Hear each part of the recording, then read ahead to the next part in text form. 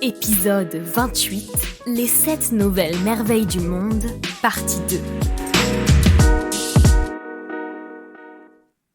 Je suis sûre que vous trépignez d'impatience à l'idée de connaître la suite, alors poursuivons sans plus attendre. La 4e nouvelle merveille du monde, le Machu Picchu, est une ancienne cité inca située dans les montagnes des Andes au Pérou. Nichée à une altitude de 2430 mètres, il y a fort à croire que cette citadelle faisait office de centre religieux et politique. Les vestiges ont été découverts en 1911 et présentent une architecture incroyablement bien préservée, avec des terrasses, des temples, des bâtiments et des systèmes de canalisation sophistiqués. Pour atteindre le Machu Picchu, il est possible, pour les plus téméraires, de parcourir le chemin des Incas, une randonnée de 40 km qui mêle haute montagne et jungle et qui traverse des paysages époustouflants. La cité de Petra est une ville qui prospérait dans le désert de Jordanie, entre la mer Rouge et la mer Morte, à l'époque des Nabatéens, un peuple arabe commerçant de l'Antiquité. Fondée aux alentours de 500 avant Jésus-Christ selon certains historiens, elle est l'une des plus vieilles villes du monde. Elle est notamment célèbre pour être taillée directement dans la falaise de grès rouge.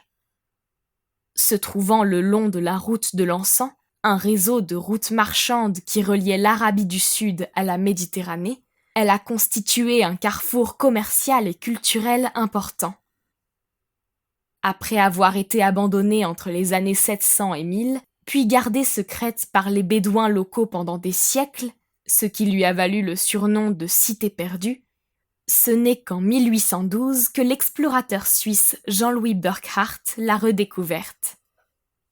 Avant-dernier de la liste, le Colisée est un amphithéâtre emblématique construit à Rome en Italie entre 70 et 80 après Jésus-Christ, sous le règne de l'empereur romain Vespasien, puis de son fils Titus.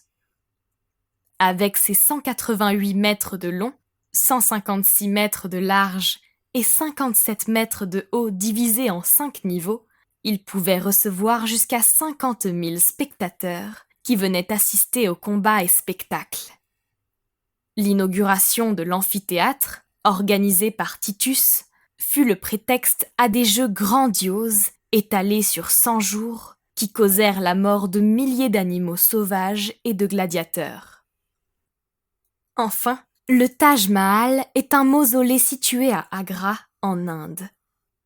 C'est l'empereur moghol Shah Jahan qui, en 1631, en a ordonné la construction pour accueillir le corps de sa femme défunte. Fait partiellement de marbre blanc du Rajasthan, le monument a été conçu sur la base d'un plan symétrique, symbole chez les Moghols d'ordre, de rigueur et de précision.